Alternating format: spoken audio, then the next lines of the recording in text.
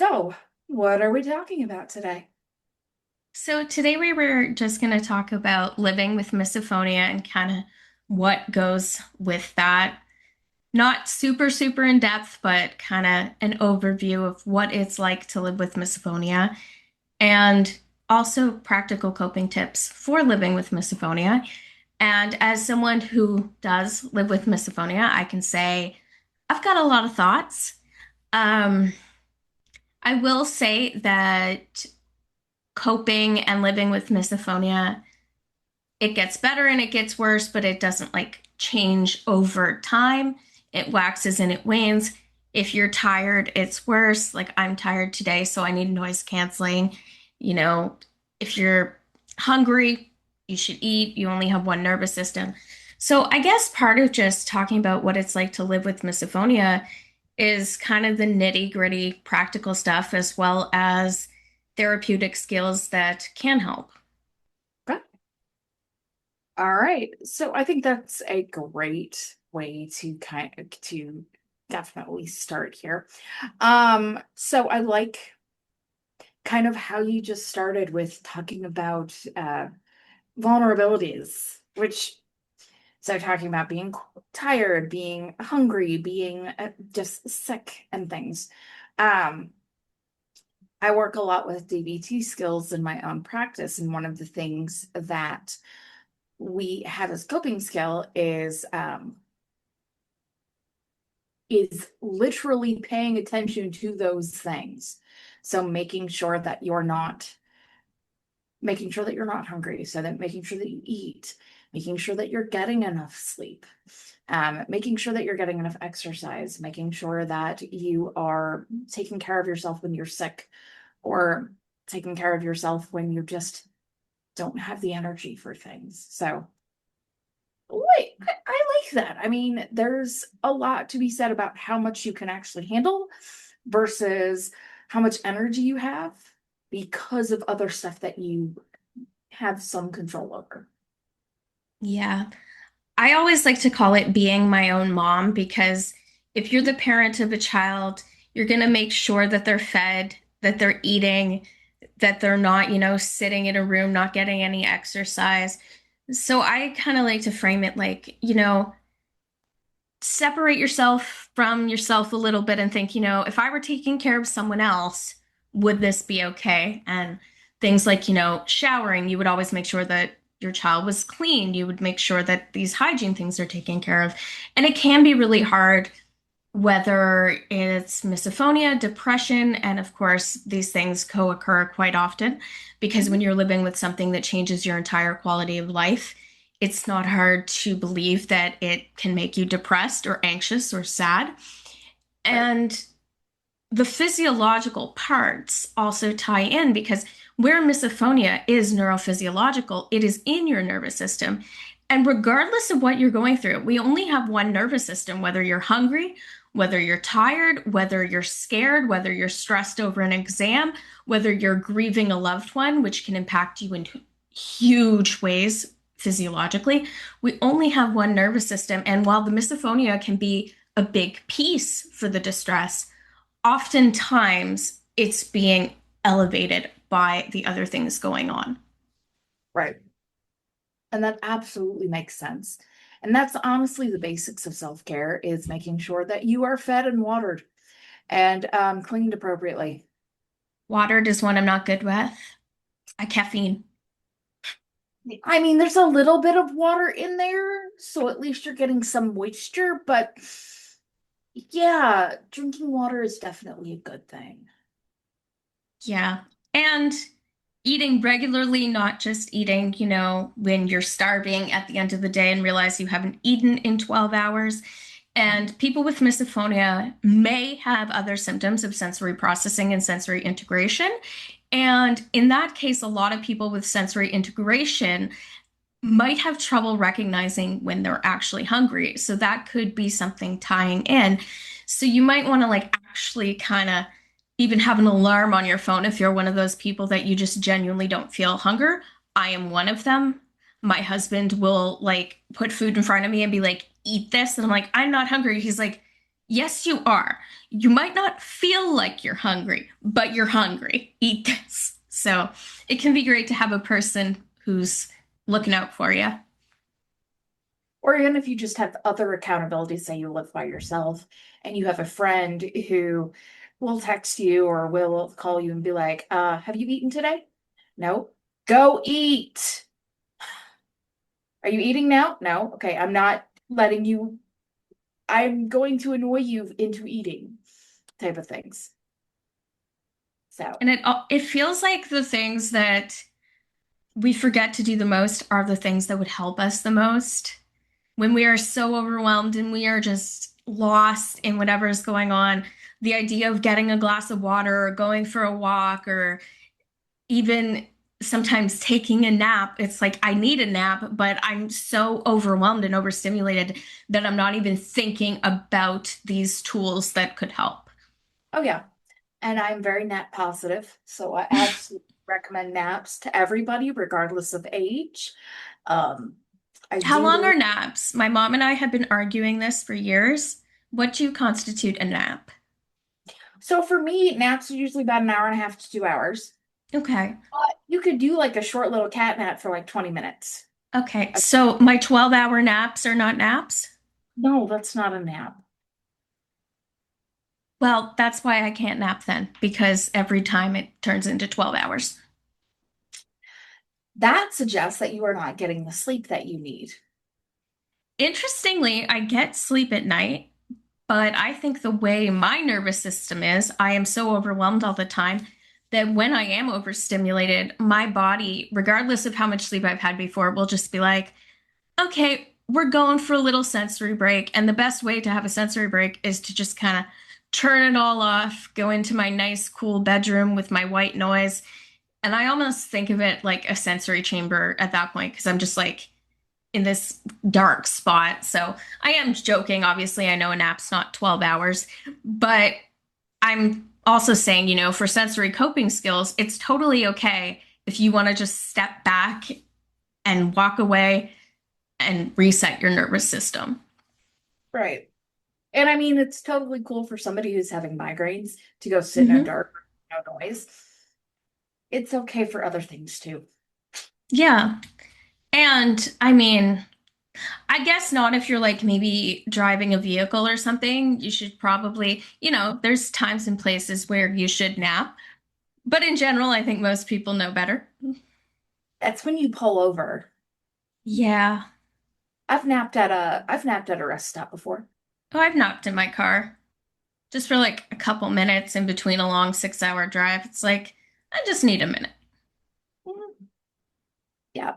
Yeah. No, I mean, yeah, naps are important. If you're not taking care of your physical and physiological needs, your brain is not going to be able to function. So if you have not eaten, if you have not had enough water, your body can't function properly. So how is your brain supposed to function properly? Yeah, exactly. And same thing with like quality of foods. I know that sometimes you eat what you can eat, but there are really cheap and easy options out there that have a decent amount of fiber, have a decent amount of protein, have some iron in there, and taste decent and do not take way too long to make. So Yeah, I maybe think a huge part of coping is not shaming yourself for shortcuts or not doing things perfectly. If you need paper plates and plastic forks someday because the idea of doing dishes is just too much, and you're eating some mac and cheese out of a box, maybe some cereal, which are usually fortified, so you are getting at least your nutrients. If that's what you need, that's what you need. And, in a perfect world, we would all be eating absolutely perfectly, but we'd also not be living stressful lives or having these disorders either. So, exactly, exactly. And like, yeah. So, and going to the doctor if you're sick enough to need a doctor, making sure that you're taking medication when you need it. If mhm. you have a headache or if you are in a lot of pain, take some painkillers. You don't have to sit there and be in pain because you want to be some sort of masochistic saint. You're And you not. don't need to chop down your whole yard after hurting your shoulder. Right. Which is a dig at me. Um, I'm sorry.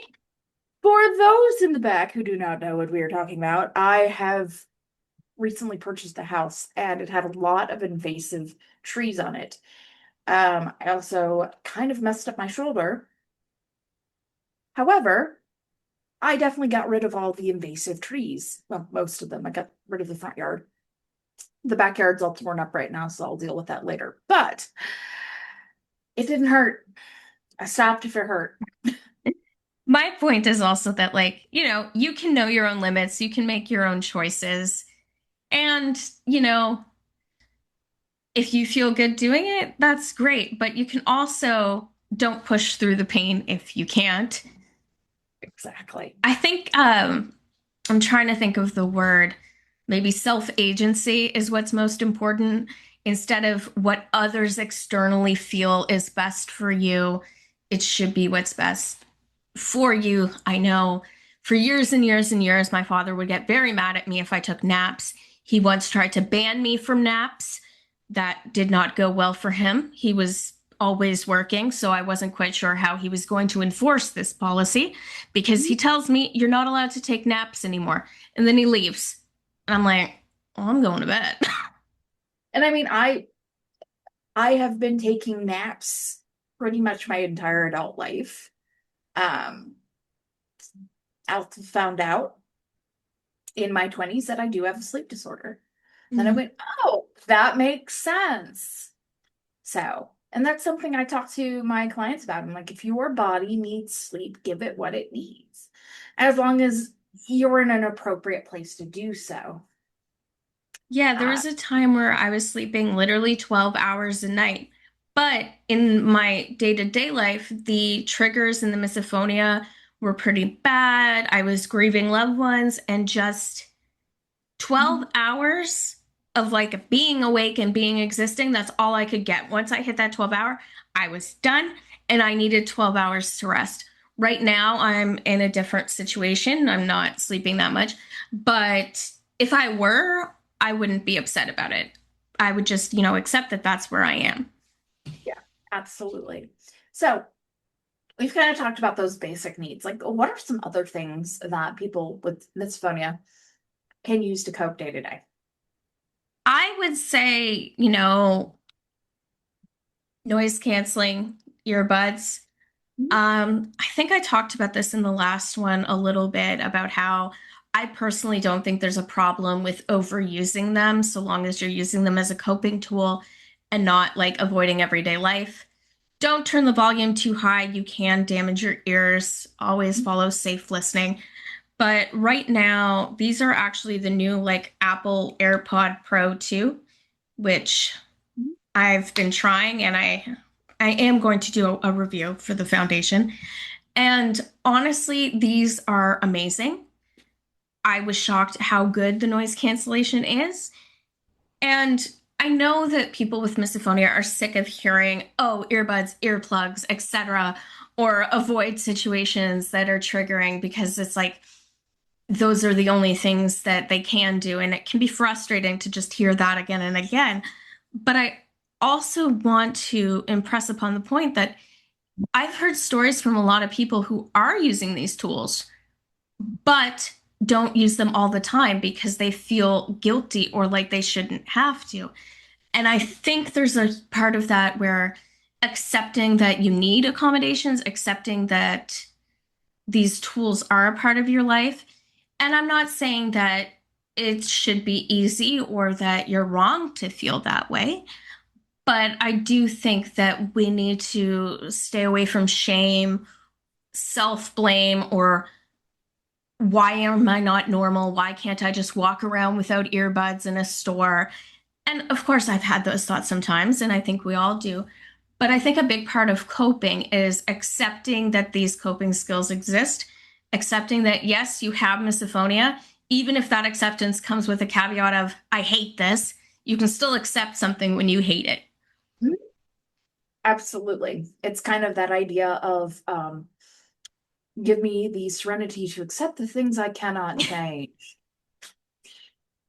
which I know comes from AA, but I mean, there's a lot of truth in that saying. If you can't change something, why spend the energy and the time to try to, or to be upset that this is something I cannot change? You can't do anything about it. Yeah, and the misophonia is bad enough as it is. We don't need to be harder on ourselves. Yeah, exactly. So using the assistive devices that you need. And you can think of kind of going in an opposite direction. If you have hearing loss, you would use a hearing aid so that you could still be involved in the world around you, which is still important. So in misophonia, if what you are hearing is causing enough distress and you cannot get that to go down by other means, you may need to say, okay, I need to stop hearing this thing. So you're doing an anti-hearing aid, which if you have older adults in your life and they happen to be on the decently honorary scale, you know that those turn off their hearing aids. Excuse me. Yeah, They turn off their hearing aids when they are done listening to things. my great grandmother would just turn it off, and her husband would be ranting, and she just smiled. And my mother, not a word. Exactly, exactly. Yeah. So you have the opportunity to say that I need less sensory stimulation. This is what I need to do this with. And you can do that. And it's not a problem. There are other ways of kind of limiting sensory stimulation in other ways, like touch. They've got weighted blankets and things that can kind of just take the sensory input and just make it very even. Proprioceptive pressure.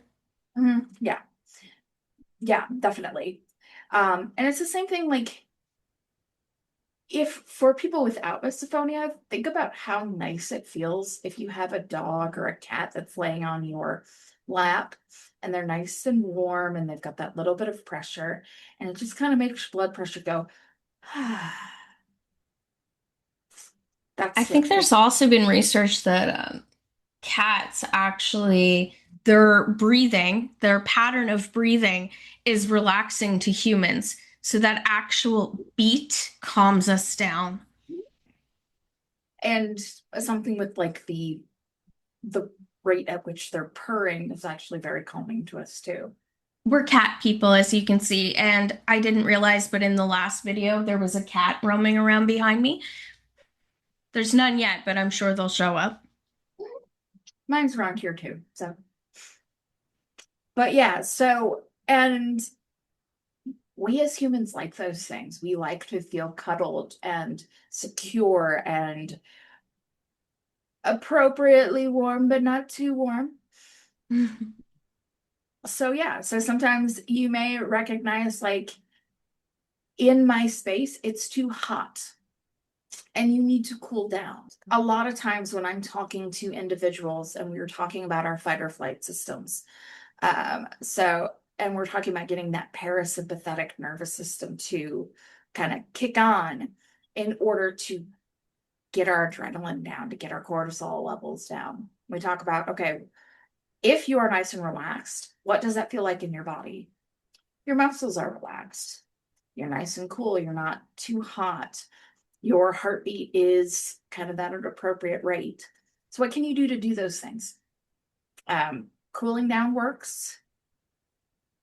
And I don't know if this is something that you've kind of had to use. If you are too hot, I know if I'm too hot, if I get anxious or something, that just makes everything worse. Yeah, hot or cold, whatever's wrong. I've actually joked many times that I think Goldilocks and the Three Bears was written about some kid that had a sensory disorder that they didn't understand and they turned it into a fairy tale because honestly, too hot, too cold, too lumpy, too soft. That completely describes the sensory world. And I think it's also interesting to see such an old piece of literature showing that this was something that some people were dealing with. And of course, they made it a silly little story, but I see a lot of truth in that. Oh, absolutely. And then fixing that, you're able to kind of calm down. You're able Mhm. to self-regulate, kind of get back to it's okay. I've actually got a client who works in a convenience store, and I told this client if they get too anxious or they get too overwhelmed, go stand in the beer cooler Mhm. for a few minutes. And they're like, I don't understand what they thought it was kind of silly, but then they tried it and they're like, okay, that actually did work. Like, yeah, because you cooled down. But if you don't have a beer cooler to go stand in, what are some other options that people can use at home? Honestly, fans, air conditioners, cold showers. Um, some blankets will actually have a cooling effect. You can get ones that, rather than heating, they keep you cool.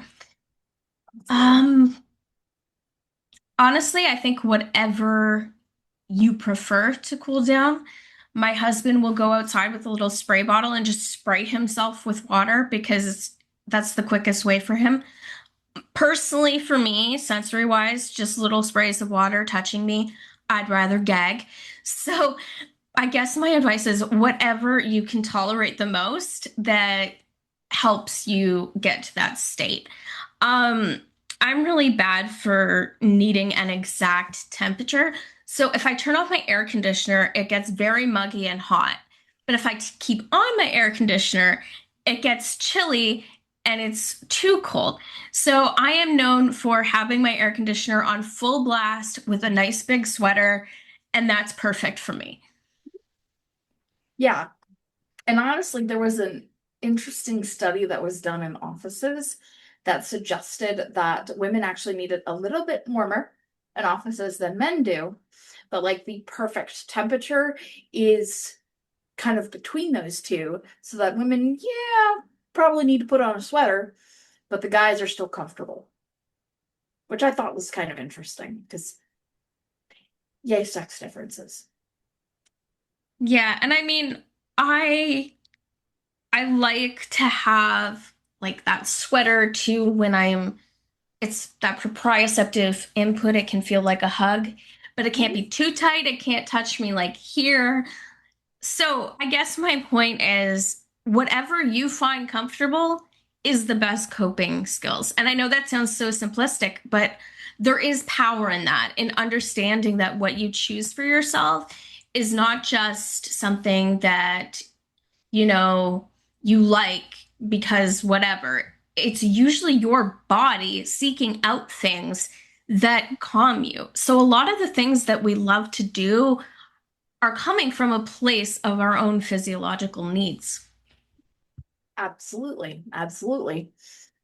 Um, yeah, and just really finding those things that are calming to you. So, like, if you can think of what would the perfect room look like for you? What would be in that room? Are you asking me? Yeah. Um, man, that's hard. Honestly, I like the room I'm in. I'm I'm very particular and I tend to turn my space into what I want.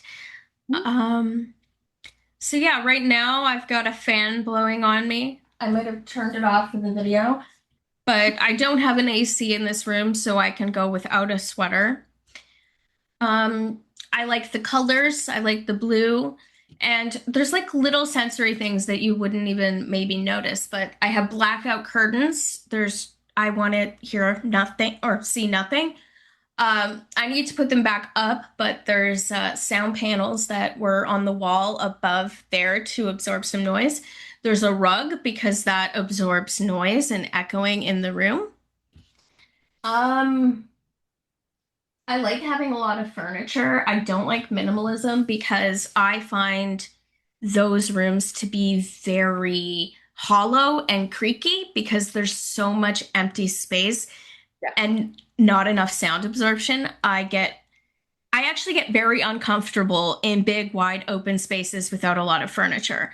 I would rather be like in a nice little place. I don't go to my living room. Like, I don't like it down there. It's one of those ones where it's half dining room, half living room. It's so big that like I can hear outside, I can hear inside, I can hear my neighbor, and I'm just like, I want to go back upstairs to my bedroom or my office in my little tiny corner because you can control sound in a little space much easier. And Yeah. yeah, I'm so bad for that. I just want to hide. Do you control what your space smells like? That is a hard question. Yes, but I Cats. have scent allergies. And I You, thought I had really bad scent allergies until I met my husband. Because him, you can't even have like natural scents around him. And that's totally fine. Like, I totally understand. It makes him sick. I'm not going to impose that on him. And certain scents he is fine with, but I have cats. So there's only so many safe scents. Fun little side fact, I make my own perfume and candles. So I have been really, really trying to find things that are safer for cats. I've been making candles with vanilla oleo resin since there's no actual such thing as a vanilla essential oil. And that smells pretty good. I'm trying like lots of lavender. And I did realize, so when people Google, and I know people here are likely to Google this, if you Google essential oils to calm down, you'll probably see things like lavender top of the list, which I actually find lavender doesn't really calm me. I find it makes me clear of head, but it doesn't really calm me. It might calm you and it might not. But for me, for the longest time, I thought I was crazy because I'm calmed by citrus. So if I like smell lemon, instead of waking up, it just makes me like it makes me feel clear, relaxed, like everything's just better. And of course, cats can't have lemon, so I have to have like it a little bit sprayed on. But for years, I would be like, no, that doesn't make sense. This is supposed to be uplifting. And now I'm kind of like, well, for you, it's not. right, exactly. Well, that makes sense because think about the music that you find calming. And then if you ask me the music I find calming, it's probably going to be very different. Mhm. I mean, I sometimes find like super screamo metal calming, and other people would find that just way too aggressive Well, and I know Dorita Berger, who's a music therapist, quite well known. A lot of her work is on like demystifying sound therapy and music therapy because there's this thought that everybody likes chirping birds and like Bach, and that is just not reality. Whatever no. you like, whatever calms you is whatever calms you. There is no right or wrong. If you want to listen to Taylor Swift for 6 hours, I totally approve. Just please don't do it around me. Amber does not approve. I listen to pretty much every genre, rap, country, pop. If I like the sound, I like the sound. Absolutely. And that's, yeah, so that kind of goes back to finding the things that work for you. Um, but like we've done just kind of a quick overview of some things that might work. Um, but especially just really thinking about the senses and thinking about the things that you need for those senses, which is why I asked about smell. I Because do we want can, to touch on scent before we move on because I think this is important. If you are someone who is new to essential oils or you don't have, a huge background in them, I do want to specify that there are safety risks with essential oils. These are highly concentrated plants They can burn your skin. They should not be ingested. They should always be used with proper carrier oils, not left around young children, not left around pets, and not diffused if it's a scent that could be toxic and harmful to a pet. So I really suggest if you are going to use these in your environment, to just be mindful of that, because I think with the prevalence of use of essential oils, we've had a lot less talk about the safety and a lot more people just kind of going in blind. And that worries me a bit. Yeah. I am lucky enough that I have a store in town that mixes their own scents and does their own things. And I can go in there and get exactly what I want, which Mhm. is really nice. And they make it in store. I know where everything's coming from, which is awesome. Otherwise, I just go and get like scented candles from places that I like, trying to get things that will smell very nice. I mean, I've got a cat and two dogs, and one of my dogs thinks he's a cat, so likes to knock things off. So I never leave things unattended because my lovely dog will just knock it off of wherever it is. Yeah, I've always been taught to be very careful with candles because my parents had a house burn down because a cat knocked over a candle in a snowstorm. Everybody was fine. All the cats were fine. The dog was fine. She saved her wedding dress. But they had to like sit outside in their car and just watch the house burn down because it was a winter snowstorm and they lived on a dirt road. So I have like that memory in the back of my head constantly of like cats, fire, Yeah. I haven't had a problem with cats and fire. dog. Usually it's my own stupidity, honestly. Yeah. I'm not even going to Yeah. comment on that because I'm just thinking about the acetone experience. Yeah. Yeah. That might be a story for a different time. Because Never. that, yeah, yeah. Anywho, but anywho, just kind of thinking about those and kind of really, how about in public? We really talked a lot about at home, things you can do when you're by yourself, but things you can do in public. So, whenever I'm asked about public, I tell people, first of all, it's a war zone. You have no control. Mhm. You are going to the battlefield. So bring your tools. That's rule number one. You're going out to this battlefield. You cannot control the world. I mean, you could ask certain people to stop things politely if you so choose, but you can't ask everybody. It's not sustainable. And Right. especially there's sounds that just like you cannot ask it to stop. Like say there's a community lawnmower and there's like someone jackhammering and there's just like all these things together that you cannot control. And no one's doing it to hurt you. It's just a fact of life that unfortunately these sounds exist. So yeah, bring whatever active noise canceling earbuds, earphones you have, and I'm very, very adamant about them having to have active noise canceling because that is the only thing that gets the really deep droning stuff. High Mhm. pitched noises are actually quite easy to get rid of. They're the easiest to drown, but it's those low, low droning ones that are nearly impossible, and only active noise canceling can help with that. However, I do always say, use ANC sparingly because it can cause migraines in some people because it does seem to kind of impact, I don't know if it's the cochlear bone or what, but I know that it causes pressure and headaches after some time, at least in myself and several other clients. Yeah. So this would definitely be a really good example of making sure that if you are going out and about in the world, making sure that your needs are met before you go out. Yes. And I'd also say choose your battles wisely. Are there things that you maybe don't have to do? Could you have a grocery delivery service? And, they've gotten much, much less expensive in the past year, few years actually, since COVID and everything. And I say pick your battles wisely because if you're going to ruin your whole week going to the grocery store, you still have to eat. You can't avoid eating because of the triggers. So if you're not going to go get food because of triggers, find another way to order food. Like find ways around that. You don't have to take on every battle, especially if you're tired, you're working.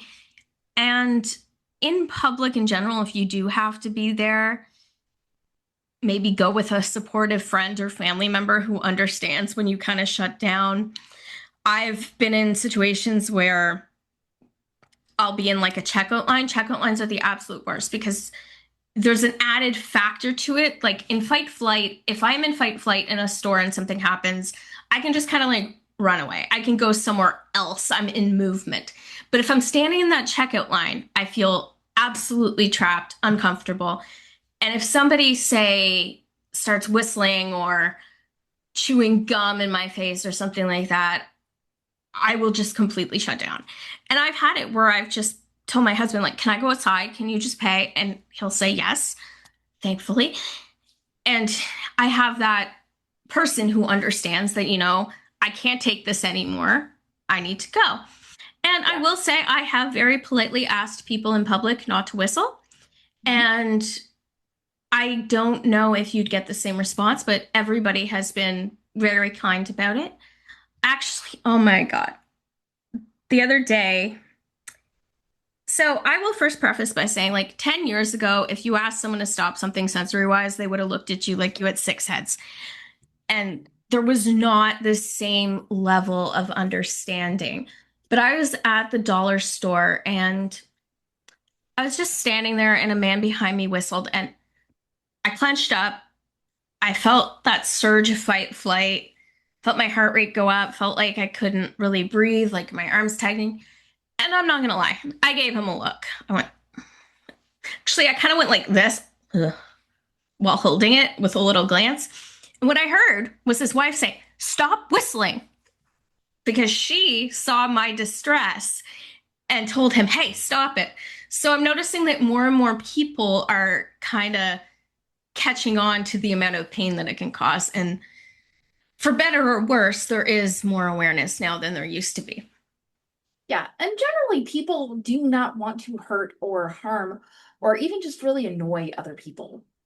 Generally. Now Yes, you some will people want to, but out there. that's a whole other issue. Yeah, and that's a whole other issue. And let's face it, I feel bad for people who are around a lot of teenagers. Because teenagers are kind of just narcissistic assholes just in general, because that's their developmental stage. And that's okay. But that's also one of those things where you kind of have to accept a little bit that, okay, this person's going to be an asshole. Cool. Walk away. You can get away from them. You don't have to do anything about that. Um, Love the idea of having people with you when you go places so that if you need to leave, but something still has to be taken care of, that person can take care of it. So for you, your husband can finish the grocery stuff so that you can go walk outside or walk where you need to go to get away from whatever's really bothering you. This is the exact same for anything. If you start getting overwhelmed, you are allowed to say, I need to get out. And I think that also says something about communication. Because you have been able to communicate with your husband, like, hey, in times I may need you to do this. Mm-hmm. And he can communicate back with you and say, yeah, that's perfectly fine. So being able to communicate your needs and not expecting people to know them right off the bat. Mm-hmm. So if that lady had not told her husband to quit whistling, what would you have done? Um, Sometimes I will very politely ask someone to stop. Other times, if I have them, I'll put in earbuds. Um, and then honestly, in some situations, I might just tough it out and use a little bit of CBT in my head and a little bit of mantra of this isn't the end of the world. Yes, this sucks, but you've lived before, and like just kind of think myself through the physiological. Does it does it get rid of it? No, but the fact of the matter is, as horrible as these triggers feel, it's not killing you. Your brain is having the wrong response. So regardless of how long you are triggered for that day, you are still going to be fine eventually. Yeah, And exactly. reminding myself it's not an emergency. It feels like an emergency. My whole body thinks it is. But realistically, I am going to be okay. Yeah, you're going to be fine. Nobody's going to die. I might not be fine right now, but I'll be fine eventually. I'll probably go And home, take a nap.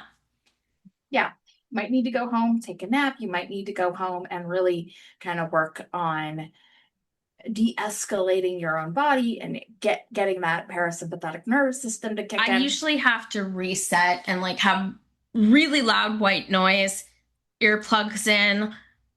I'll get to this point where I just have to reset my system and I like can't handle anything.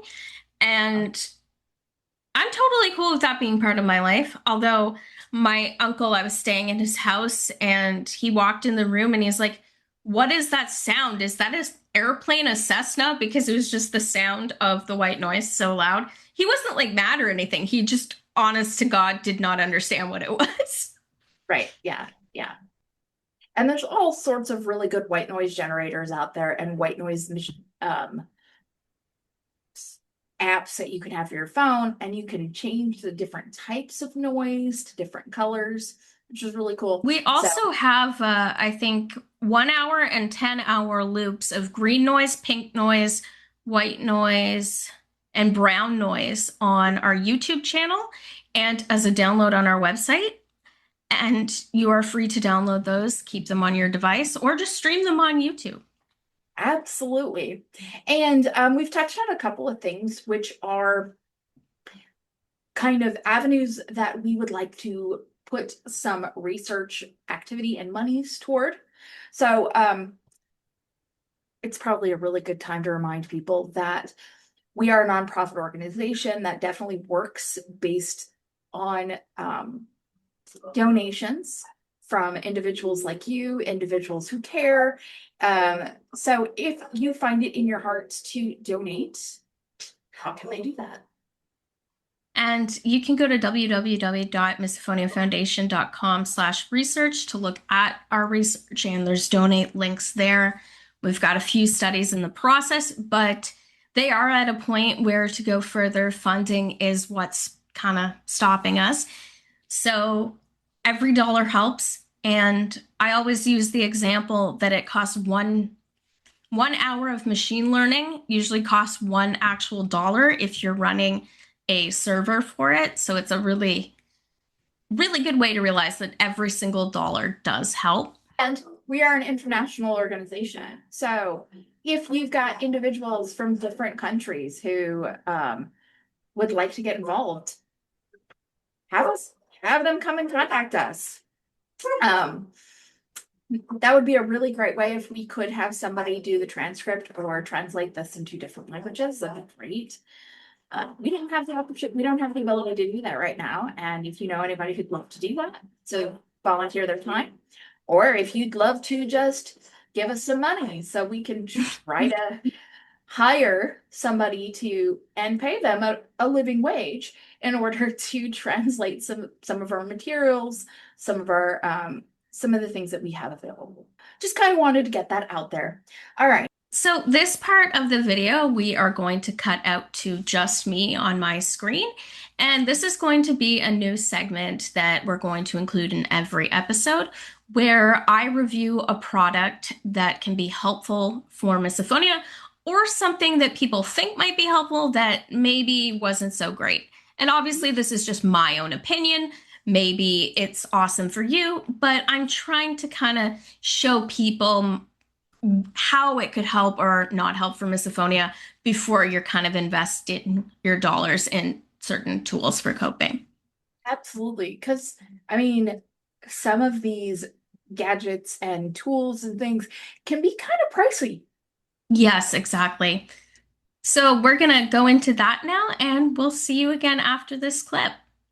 I am going to be reviewing these little bad boys right here. These are noise canceling earbuds, and they sell between $50 to $80 in Amazon, depending if you're in Canada like me or the US or if there's a deal. We will have an affiliate link in the description, but all money from affiliate links go directly to the International Misophonia Foundation, which is a registered nonprofit in Missouri. We are a 501c3. And like I said, any affiliate links that you do click go directly to the foundation. Now, I bought these with my own money out of my own pocket. I was not sponsored. No one has told me to buy them. Actually, did buy these because I own these. And these are the older version of the Sound Peats. And I will say that I absolutely love them so much. There's Sound Peats logos on the top. I love these Sound Peats. I think this is the T1 so much that I decided to get a second pair. And I'll show you these ones. This is the and I have absolutely loved these for so long. I've had them, I think, for 3 or 4 years now. And I honestly just wanted a second pair. They're still working great. I actually choose to use these more often than the new ones, but I'm reviewing the new ones today because these ones sadly are no longer for sale. These ones still work really good, but they are a bit more bulky, which I'm not incredibly impressed by. As you can see, they have this outer piece and then the inner piece, where the older ones were a bit more of just a one, so you can see. And I mean, I guess the size is similar. They just kind of like compartmentalize the two parts. I don't know. I just found the new design a little weird, but that is totally up to preference. I found this a bit, I don't know, like less awkward, but nonetheless, these still work great. They have the same level of ANC. So they have wonderful noise cancellation. And I find that you really need that active noise cancellation to get full relief from triggers. And these things are so good. And I will say I've had Apple earbuds over the years. I've had Samsung buds. I've had $400 Bose headphones. None of them worked as well as these. And I even use these at night when there's no triggers, just because my husband's sleeping and I don't want loud noise. I'm prone to migraines and headaches, and these I can wear for several hours without actually feeling pain. So that is absolutely incredible. Okay, I must have had them backwards. Yeah, I did.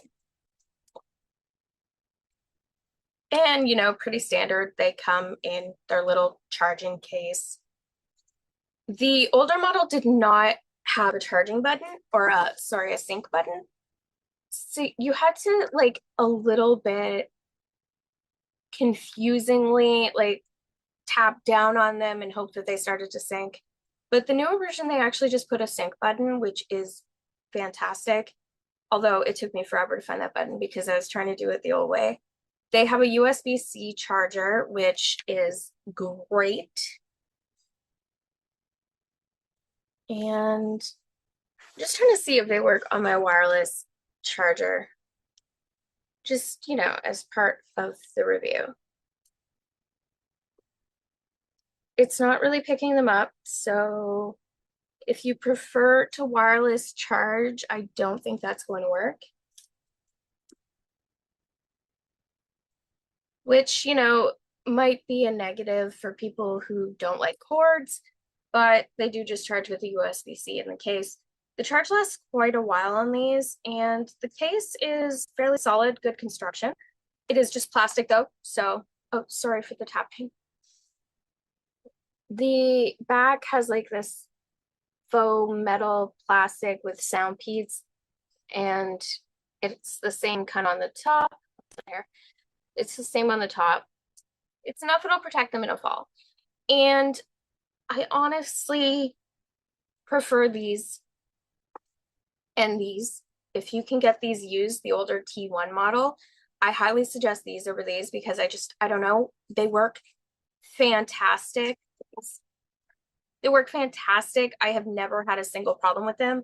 I also kind of like the case better, just it's a little bit, I don't I don't even like know how to explain it, but I feel like the details they added to this for looks, like these extra sections that the new one also, is the only one actively for sale still on Amazon. Sound quality and for reducing triggers, like my main trigger is a lawnmower. This cuts it out completely. I honestly wish they were a bit smaller so that I could sleep with them. I have yet to find the perfect sleep earbuds. I had I forget what they were called. They were this brand of sleep earbuds and I didn't really like them. They're only active noise canceling. They don't actually like play music or anything. And I have my own white pink noise that I love. So I didn't really like that.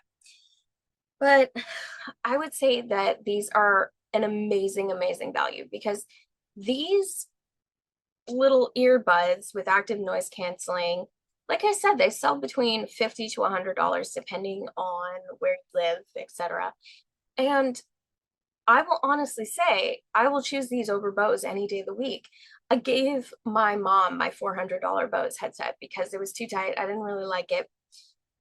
But these ones I recommend to everybody who asks me. And as I said, the link will be in the description. That is an affiliate link, but all money goes to the foundation. But if you are looking for your child, for yourself, for your spouse as a gift, anything like that, this is absolutely incredible. And I would say that this is probably the best value I've ever found for earbuds. And I have bought a lot of them.